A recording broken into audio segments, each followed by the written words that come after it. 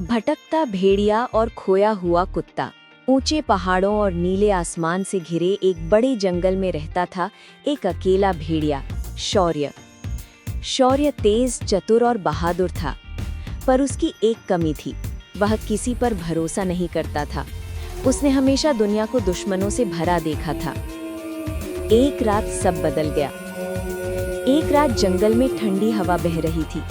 शौर्य अपनी पहाड़ी गुफा में आराम करने जा रहा था, तभी दूर कहीं से एक हल्की सी रोने की आवाज आई। पहले तो उसने सोचा जंगल की कोई छोटी जानवर की आवाज होगी, लेकिन फिर आवाज थोड़ी तेज हुई। वो आवाज किसी बच्चे की थी, और वो भी कुत्ते के बच्चे की। शौर्य रुक गया। भेड़िए और कुत्ते आमतौर पर दोस्त नहीं होते, फिर भी दिल में कुछ पिघला। वो आवाज की दिशा में बढ़ा। एक खोया हुआ पिल्ला।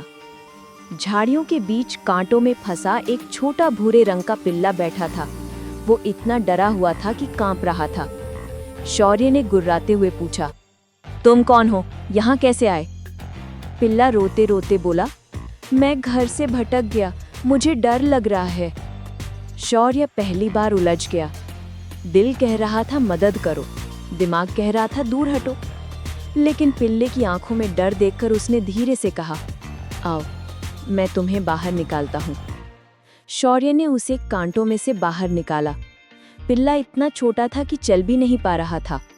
शौर्य ने उसे पीठ पर चढ़ाया और पिल्ला डरते डरते बोला, तुम भेड़िए हो ना? तुम मुझे खाओगे नहीं? शौर्य हंसा, अगर खाना होता तो बचाता क्यों?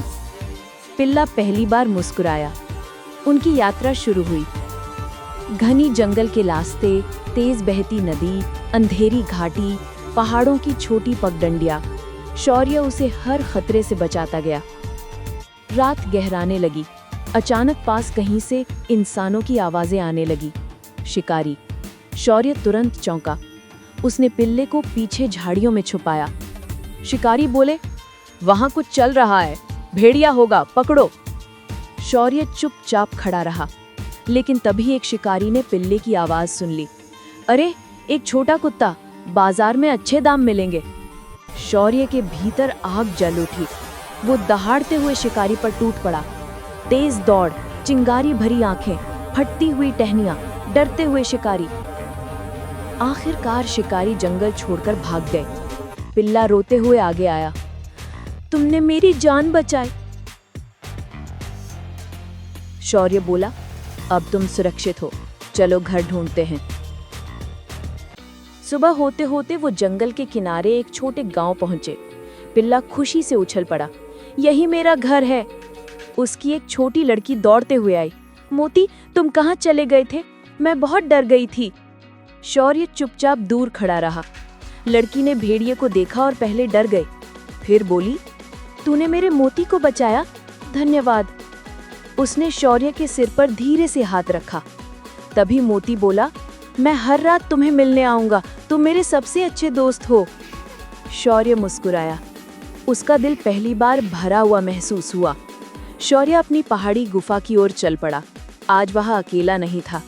आज उसके दिल में एक नई रोशनी थी। सच्ची ताकत उसमें नहीं कि तुम कितने डरावने हो, सच्ची ताकत उसमें है कि तुम किसे बचा सकते हो।